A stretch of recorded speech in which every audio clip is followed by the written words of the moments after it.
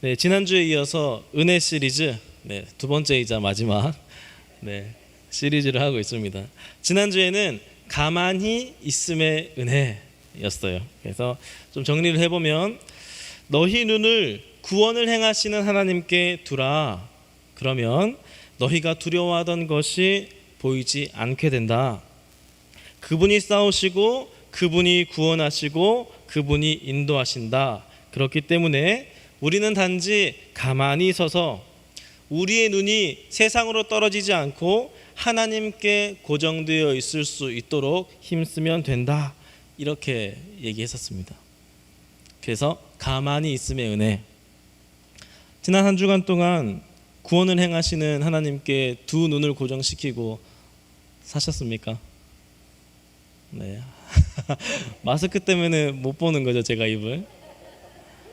한 주간 그렇게 은혜 누려셨을 것 같은데 오늘은요 은혜 시리즈 두 번째 제목이 행할 수 있음의 은혜입니다. 아멘이요. 저는 이제 지난주에는 가만히 있으라 했다가 또 이번 주에는 또 움직여라 하니까 뭐 어떻게 또 오해하실까봐 이제 고민을 했었는데 아멘 해주시니까 감사하네요. 지난주에 가만히 있음의 은혜가 1단계였다면 오늘 행할 수 있는 은혜는 2단계입니다. 제가 어릴 때 피아노 학원을 다녔었는데요. 한 달 다녔는데 저랑 안 맞더라고요.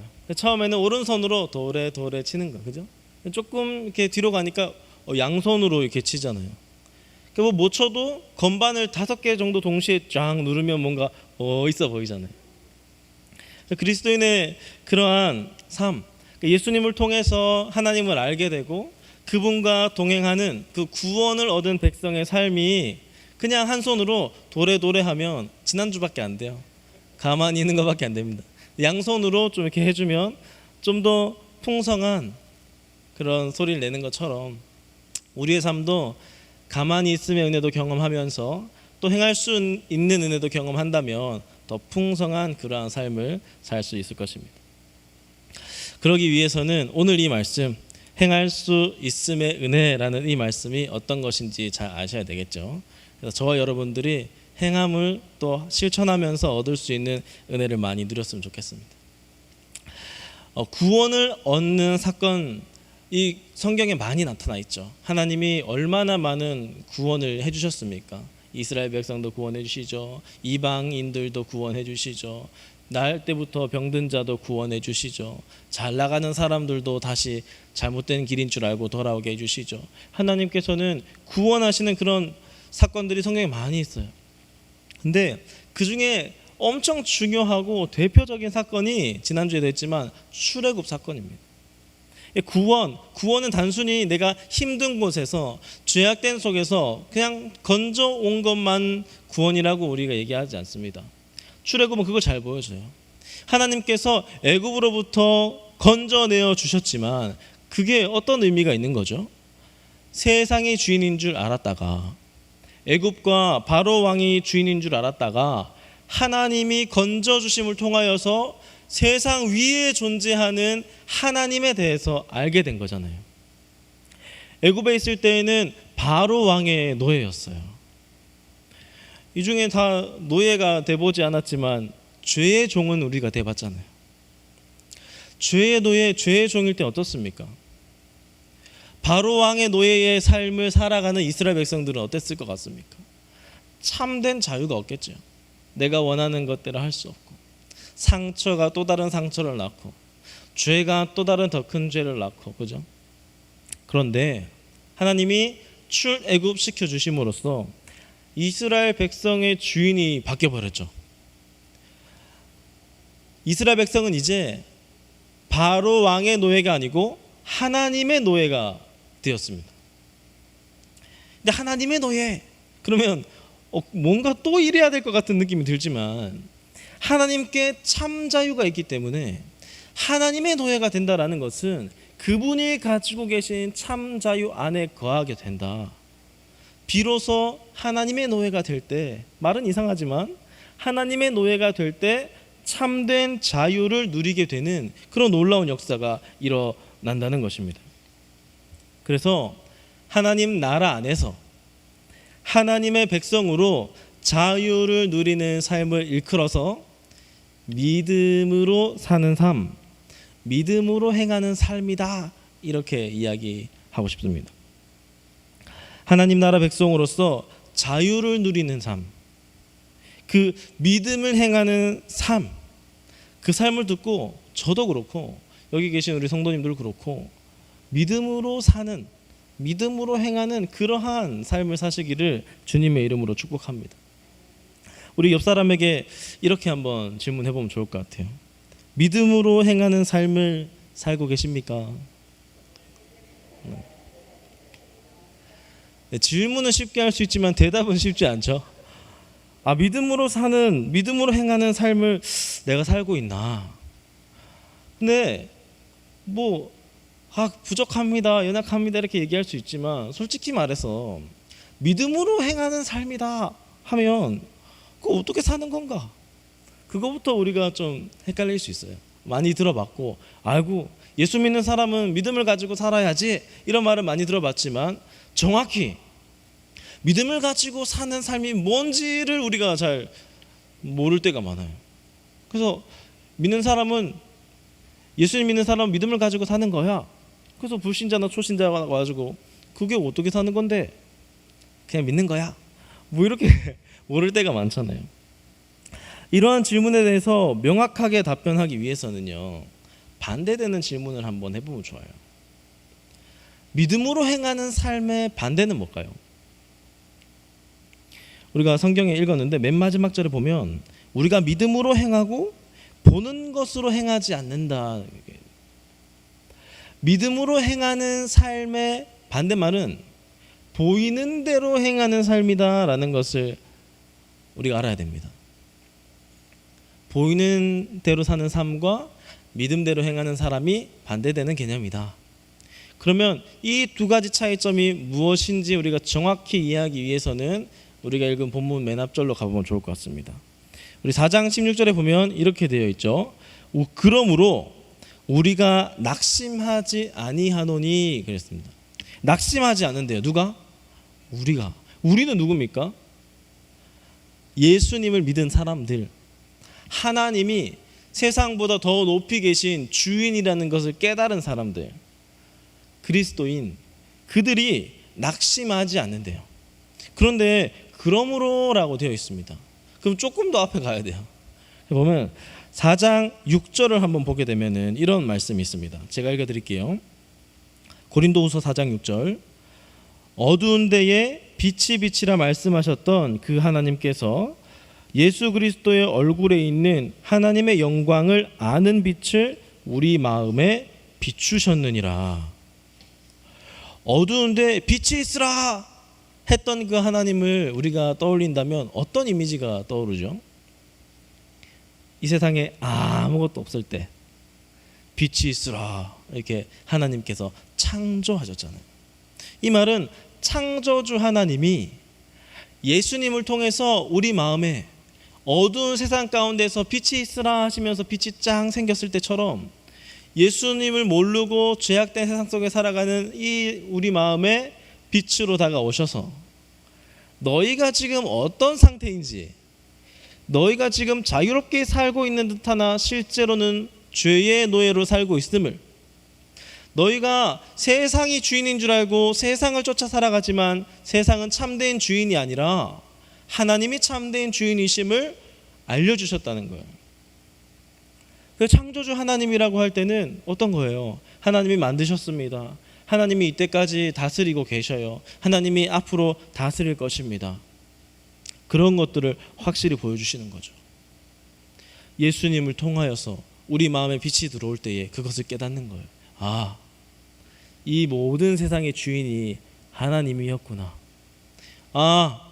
내가 그것도 모르고 살아왔는데 그것이 하나님을 모르고 산 모든 것이 죄였구나.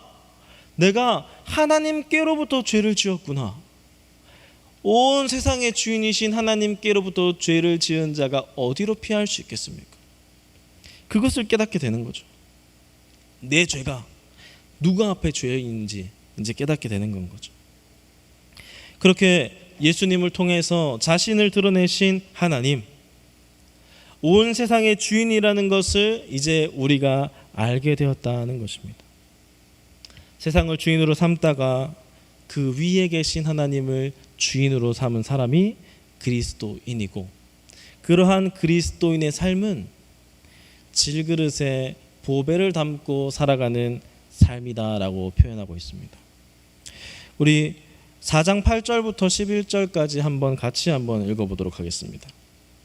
8절부터 시작.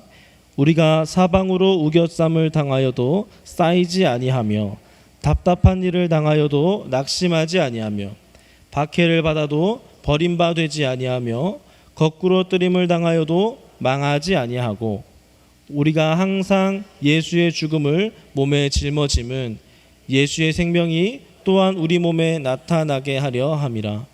우리가 살아있는 자가 항상 예수를 위하여 죽음에 넘겨짐은 예수의 생명이 또한 우리 죽을 육체에 나타나게 하려 함이라. 우리의 삶이 질그릇에 보배를 닮은 삶이다. 질그릇은 어떻습니까? 연약하고 깨지기도 쉽고 부족한 것을 표현하는 건 거죠. 깨지기 쉬운 연약한 우리 인생에 보배 예수 그리스도 하나님이 담겨 있다는 겁니다. 보면은 사방으로 우겨쌈을 당한다. 이 당시에는 많은 외부로부터 엄청나게 예수님 믿는 것 때문에 고난을 받고 많이 했죠. 근데 우리도 요즘 그런 것 같아요, 그죠?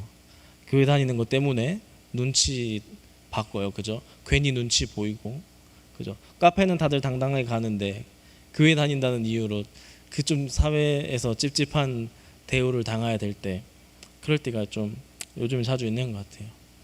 그렇게 사방으로 우겨쌈을 당해도 괜찮다는 거예요. 답답한 일 많죠, 우리. 그렇잖아요. 저 유치부 사역할 때 유치부 애들도 한숨 팍팍 쉬더라고. 그 왜 한숨 쉬냐 물어봤더니 누나가 자기 빼고 다른 친구들하고 놀이터 갔다는 거죠. 불 꺼진 유치부실에서 한숨 팍 쉬고 있는 거예요. 너무 귀여워서 웃음이 났지만 그 친구에게는 지금 큰 고난이잖아요. 엄청 서운하고 누나가 나를 버렸다는 그런 마음 때문에 그렇게 표현한 거 아니겠습니까? 뭐 어리든지 뭐 나이가 많든지 젊든지 답답한 일이 많아요. 그런데 낙심하지 않는다.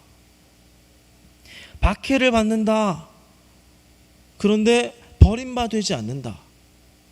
자꾸 우리를 거꾸로 뜨리는데 우리가 망하지 않는다는 거예요. 어떻게 이럴까요? 다 안 좋은 얘기인데, 그죠? 다 안 좋은 건데 질그릇에 보배를 담은 우리 그리스도인의 삶은 이런 안 좋은 것들이 많지만 전혀 그것이 우리에게 영향을 미치지 못한다 하는 거예요. 그 왜인고 하니까 바로 밑에 14절에 이런 말씀이 있습니다. 주 예수를 다시 살리시니가 예수와 함께 우리도 다시 살리사 너희와 함께 그 앞에 서게 하실 줄을 아노라. 우리가 아까 쭉 본 6절부터 14절까지 말씀을 3등분을 하면요, 처음에 창조주 하나님을 예수님을 통해서 알게 해주셨잖아요. 그리스도인의 시작이에요. 그리고 마지막 14절을 보면 예수님과 함께 다시 살아나는 그 순간 그리스도인의 마지막인 거죠. 우리와 나 같은 죄인이 하나님을 어찌 알아가지고 구원을 받아서 막판에 나를 위하여 죽으시고 나를 위하여 부활하신 그 예수님과 함께 하나님 앞에 서게 된다. 그 중간의 삶, 때때로 우리가 우겨쌈을 당하고 답답한 일이 생기고 박해를 받고 나를 거꾸로 뜨리는 많은 일들이 있지만 그것들이 우리는 괜찮다라고 얘기를 하는 건 거죠. 이것이 그리스도인, 하나님을 주인으로 모신 사람들이 살아가는 방식이라는 거예요. 그렇기 때문에 16절에 그러므로 우리는, 그리스도인은, 예수님을 믿는 사람은 낙심하지 않는다, 이렇게 표현하는 거죠. 이 말씀 믿어지십니까? 아무리 힘들고 어려운 일이 있다 할지라도, 요즘에 예수님 믿기 정말 팍팍하게 그런 시대를 할지라도 낙심하지 마시기 바랍니다. 그 낙심하지 않는 사람, 이 그리스도인은 이후의 저를, 우리가 함께 아까 읽었던 저를 보면, 아, 그리스도인, 낙심할 수 없는 이 그리스도인은 이렇게 사는구나 라고 되어 있어요. 한번 보시면 16절에 겉사람은 낡고 속사람은 날로 새로워진다. 뭔가 이 한글을 보면 낡아진다, 그러니까 늙는다 하면 조금 괜찮아요. 뭐 낡는다고 낡아진다 하니까 뭔가 좀 더 서글픈 것 같아요. 여러분들 많이 낡으셨습니까? 뭐 여기 계신 우리 집사님, 장로님, 권사님 앞에서 제가 할 수 있는 말은 아니지만 저도 많이 낡아지고 있잖아요. 아침에 오늘 설교가 있기 때문에 머리에 왁스도 바르고 스프레이도 뿌리고 했습니다. 근데 머리 감고 이게 말릴 때마다 깜짝깜짝 놀라요. 머리숱이 너무 없어졌어요. 그래서 오늘 안 그래도 동생이 연락이 와가지고 뭐 이런저런 얘기하다가 어제 조카들이랑 영상 통화하는데 오빠 머리숱이 왜 이렇게 줄었어 뭐 이렇게 하고 있는데, 어머니가 좀 약간 많이 빠지셨거든요. 당연히 그냥 그렇게 생각했는데 동생이 오빠 외탁했나 보다 이렇게 얘기하는데, 몇 달 전에 외가 쪽에 돌잔치가 있어서 갔을 때 외삼촌들이 다 별로 없었거든요. 아, 저것이 나의 미래다 이렇게 생각하니까 기분이 너무 안 좋아지는 거예요. 말씀 묵상하고 있다가. 근데 바로 옆에 속사람은 날로 새로워진다. 눈에 보이진 않지만 제 영혼은 머리숱 많겠죠. 중간에 졸리실까 봐. 환난에 경한 것, 이렇게 말하기도 힘들죠. 왜냐? 환난, 우리가 당하는 고난의 크기가 얼마나, 이게 비교할 수 없잖아요. 특히 여기서는 그리스도인으로서 받는 고난을 얘기하는 거예요. 나 혼자 예수님 믿기도 힘들잖아요. 근데 시댁에서 반대하거나 남편이나 아내가 별로 협조해주지 않거나 나는 잘 다니는데 자녀들이 안 따라주거나, 아니면 어떻게 열심히 잘 하려고 하는데 회사에서 계속 알게 모르게 압박을 받거나, 그리고 믿음을 지키면서 사는 것이 너무 힘든 것 같아요. 그런데 이 환난의 조그만 거래요. 이 조그만 게 나중에 영광의 엄청 큰 것으로 인도할 거래요. 그리스도인에게는. 아닌 다른 사람들에게는 이 고난이 고난으로 끝나겠지만 그리스도인에게는 이 고난들이 영광의 중한 것으로 옮겨져가는 역할을 해준다. 그러니까 우리가 낙심하지 않을 수 있다는 거예요. 또 얘기합니다. 보이는 것은 잠깐이다. 보이지 않는 것은 영원한 것이다. 장막집을 벗으면 끝나지만 장막을 벗어도 벗은 몸이 아니다. 여기서 말하는 장막집은 우리의 육신, 이 땅에 살아가는 우리의 몸을 뜻해요. 죽으면 끝이다 라고 한다면 얼마나 허무합니까? 이 허무함을 전도서에서 많이 나타냈지만 아무리 생각해도 열심히 살 이유도 없고, 아무리 생각해도 그런 거, 죽으면 끝인데 공부해서 뭐하나, 열심히 살아서 뭐하나, 이 싫은 소리 들어가면서 이렇게 해서 뭐하나, 적당히 스트레스 안 받고 있다가 바람처럼 왔다가 바람처럼 가면 되지. 허무할 수밖에 없는 것 같아요. 근데 이게 끝인 줄 알면서도 열심히 사는 사람들은 이게 이상한 거죠. 아무 무의미 없는 일을 열심히 하는 거잖아요. 항아리 밑둥이 깨졌는데 물을 열심히 퍼다 담는 거랑 뭐가 다르겠습니까? 죽으면 끝인데 끝이 아니다. 왜?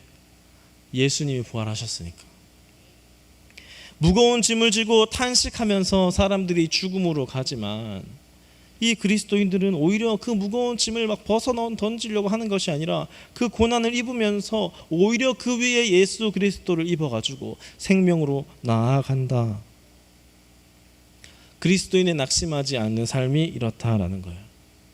요거를 한 문장으로 바꿔보면 그리스도인은 보는 것으로 행하지 않고 믿음으로 행한다.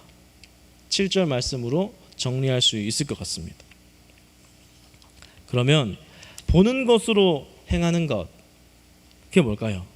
이걸 좀 이해하기 쉽게 다른 말로 바꾸면 느낌대로 산다. 이것이 좋으면 그냥 좋구나.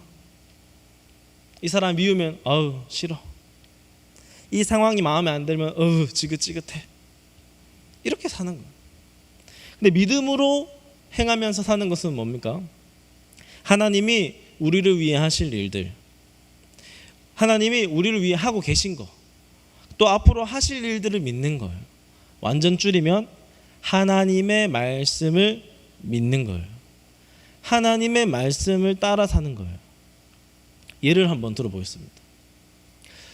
우리가 이렇게 살다 보면 외롭다, 힘들다, 이 세상에 나밖에 없는 것 같다, 내 편은 아무도 없다, 이렇게 생각할 때 하나님은 어디 계신가? 하나님이 날 버리셨나? 보이는 대로 느낀 대로 사는 거예요. 우리 팬 모임 공동체 셀교회잖아요. 공동체에 사람 많이 있다 보면은 어때요? 잘 나누다가도 언젠가 내 이야기가 막 흘러갔어. 벌써 우리 팸에게만 얘기했는데 다 필요 없어, 소용없어, 다 가식적이야. 우리 팸에는, 우리 공동체에는 사랑이 없어. 느끼는 대로 하는 거죠. 제일 중요한 거, 돈이 없네, 어떡하냐, 먹고 죽을 것도 없다, 한숨만 쉬는 것, 느끼는 대로 사는 거예요. 그런데 말씀대로 사는 것은 뭡니까? 힘들다, 외롭다, 하나님이 날 버리셨을까 할 때 말씀이 들어와 줘야 돼요. 마태복음 28장 20절에 볼지어다 내가 세상 끝날까지 너와 함께 해줄게. 공동체 안에서 나 혼자야, 여기 마음을 못 열겠어, 힘들어, 나 이제 혼자 신앙생활 할래 할 때 하나님이 또 말씀해 주시죠. 눈이 손보고 쓸데없다 하지 못한다. 약하게 보이는 것이 오히려 몸의 지체 가운데 요긴하다. 몸 가운데서 분쟁이 없고 오직 여러 지체가 서로 같이 돌보게 하셨다. 그 말씀대로 사는 거 어떻게 사는 겁니까? 비록 내가 공동체 뱀에 실망해도 약해 보이는 게 더 요긴하고 눈이 손보고 쓸데없다 하지 못하는데 내가 어찌 그러냐, 주의 몸된 이 지체를 내가 또 사랑해야지. 이게 믿음으로 사는 겁니다. 제일 우리가 많이 현실적으로 부닥치는 돈이 없네 할 때, 오늘 있다가 내일 아궁이에 던져지는 들풀도 하나님이 이렇게 입히시거든 하물며 너희 일까 보냐. 핵심, 믿음이 작은 자들아. 이렇게 얘기해야 돼요. 내가 돈이 없어서 궁핍하다, 힘들다 할 때에 내가 이 자체에 고민하고 여기에 집중하면 답도 없어요. 맞잖아요. 근데 하나님은 말씀하시는 거죠. 거기에 포커스를 두는 것이 아니고 이 말씀에 포커스를 둬라. 그럼 우리가 여러 가지 이런 문제를 당했을 때에 계속적으로 느낌대로 있는다면 그 문제가 중요한 게 아니고 이 말씀처럼 믿음이 적은 건 거죠. 나와 함께 계신다는 말씀을 믿지 못하기 때문에 계속 이 느낌을 유지하는 거잖아요. 이 공동체가 소중하고 하나님이 핏값으로 주셨다는 그 사실을 믿지 못하니까 계속 미운 거 아니에요? 하나님이 분명히 먹이시고 입히시겠다고 얘기하셨는데 이것에 대한 믿음이 부족하니까 자꾸만 이것이 나의 삶을 잡아먹는 도구가 되는 것이 아닙니까?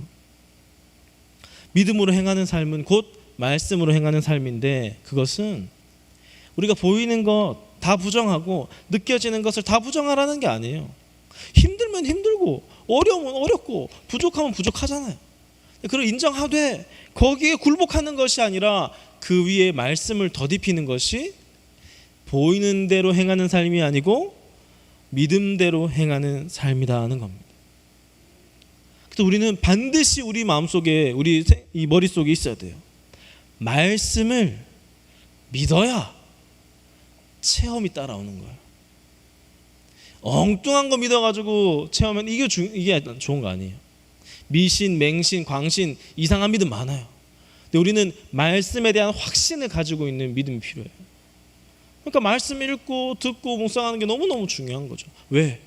내가 힘들고 어려운 상황에 처해져 있을 때, 내가 그리스도인이지만 낙심할 상황들이 너무나 많지만 그 가운데서 건져낼 수 있는 것은 말씀에 대한 확신, 믿음. 그 믿음을 통해서 그 어려움을 벗어났을 때 우리 믿음이 조금씩 자라면서 하나님을 위해 요만큼 드릴 수 있다가 이만큼 드릴 수 있다가 이만큼 드릴 수 있다가 나중에는 주기철 목사님처럼, 나중에는 사도 바울처럼 내 목숨까지 하나님께 드릴 수 있게 되는 건 아니겠습니까? 그러면 우리가 상실감이 있고 거절을 당하고 할 때에 말씀을 떠올려야 되는 거죠. 우리가 부족함을 느끼고 연약함을 느낄 때 말씀을 떠올려야 되는 건 거죠. 우리가 지칠 때, 제가 사역하다가 지칠 수 있잖아요. 저도 그렇잖아요. 그러니까 제일 떠올리는 말씀이 뭔지 압니까? 뭔지 아십니까? 선을 행하되 낙심하지 말아라. 때가 이르면 거둔다. 그거 하나만 있어도 웬만큼 괜찮더라고요. 그런 말씀이 우리에게 중요하다. 그래서 하나님 앞에서 말씀을 주장해야 돼요. 주님, 내 상황이 지금 이렇게 되었습니다. 다윗은 뭐라고 했냐면, 자기가 너무너무 다 공격받고 자신을 다 버린 것 같으니까 이런 고백을 합니다. 내 부모는 나를 버렸으나 여호와는 나를 영접하시리라. 딴 사람 다 나를 모른 척해도 하나님만은 나를 받아주신다라는 그 믿음, 그것이 나 혼자 있다는, 이 세상에 나 홀로밖에 남지 않았다는 그 고독함과 외로움 속에서 건져내서 낙심하지 않게 하는 겁니다. 우리 여기 계신 분들은 아마 교회에서도 봉사 많이 하실 거예요. 근데 봉사하시다 보면 힘에 부칠 때 많으시죠. 저도 이게 학부 때부터 사역을 오래 해왔기 때문에 목사 되면 또 이렇게 잘 할 줄 알았는데, 설교 준비하는 것도 그렇고 사역하는 것도 그렇고 쉽지 않습니다. 근데 그때 저는 이 말씀을 적용하면 어떻게 해야 됩니까? 맡은 자에게 구할 것은 충성이다. 저는 충성을 구해야 되는 거예요. 그러면은 낙심하지 않은 이 삶을 이어나갈 수 있다는 겁니다. 그러니까 저는 옛날부터 어르신들이 뭐 선포해라 이런 말 있죠. 별로 안 좋아했어요. 뭐 자꾸 선포하라 그러냐. 뭔가 자기 자신한테 주문 거는 듯한 느낌이 좀 들었어요. 난 할 수 있다 뭐 이런 거 있잖아요. 난 할 수 있다, 된다 뭐 이런 거 되게 안 좋아했어요. 근데 제가 오늘 말씀을 묵상하고 또 보면서 말씀대로 살아가는 것, 믿음을 가지고 행하는 것에는 이런 선포가 중요한 거예요. 성경 말씀하고 전혀 엉뚱하게 뭐 선포하고 다니라는 말이 아니라, 하나님이 나를 사랑하시니 나도 저 영혼을 사랑할 수 있다. 내가 지금 부족한 게 많지만 하나님이 내 아버지 되시니까 나는 행복하다.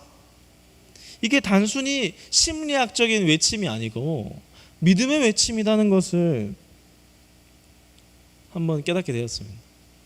그래서 저는 이 선포하라 이거를 오글거리고 싫고 뭔가 미신처럼 여겼는데, 말씀에 근거한 선포를 함으로써 우리가 시험 들면 결국엔 우리가 고민하고 마음고생하고 얻어맞고 하다가 나중에 말씀 듣고 돌아오잖아요.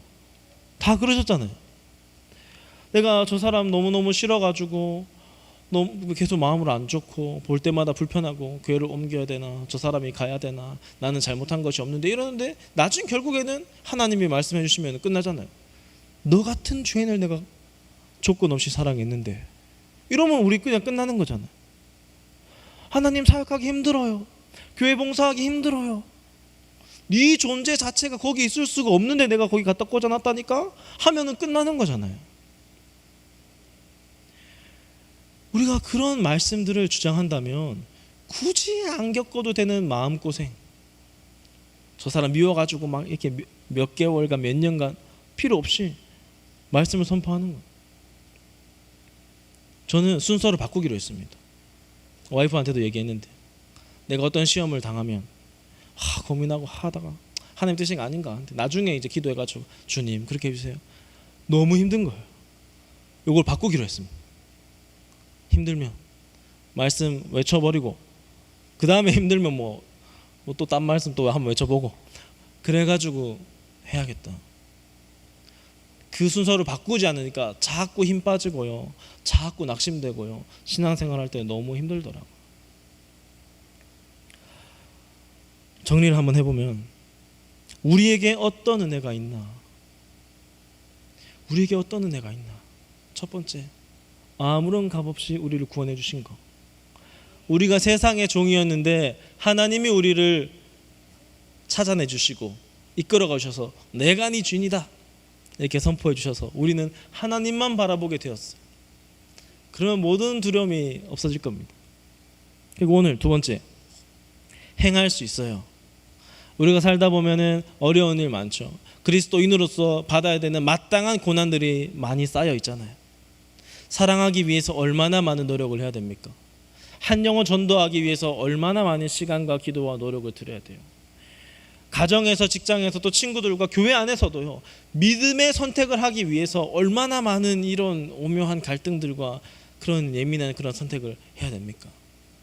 그럴 때에 우리가 믿음으로 행할 수 있는데, 믿음으로 행하는 것은 우리가 본 대로 느낌대로 선택하고 살아가는 삶이 아니고, 그런 느낌과 절망과 슬픔을 느낄 수 있겠지만 그 위에 말씀을 덧입혀서 말씀대로 살아가는 것이다는 겁니다. 제가 2주간 걸쳐서 뭐 한 30분씩 1시간 얘기했지만 줄이면 그거예요. 우리에게 주신 은혜가 뭐냐? 하나님을 바라볼 수 있게 되었습니다. 우리에게 주신 은혜가 뭐냐? 말씀대로 살아서 우리가 낙심할 수 있는 상황 가운데서도 낙심하지 않고 기쁨으로 살게 되었습니다. 이거 두 개밖에 없어요.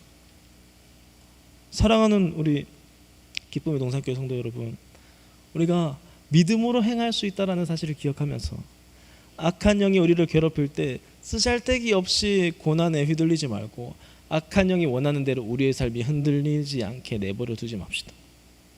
말씀대로 행해서, 믿음대로 행해서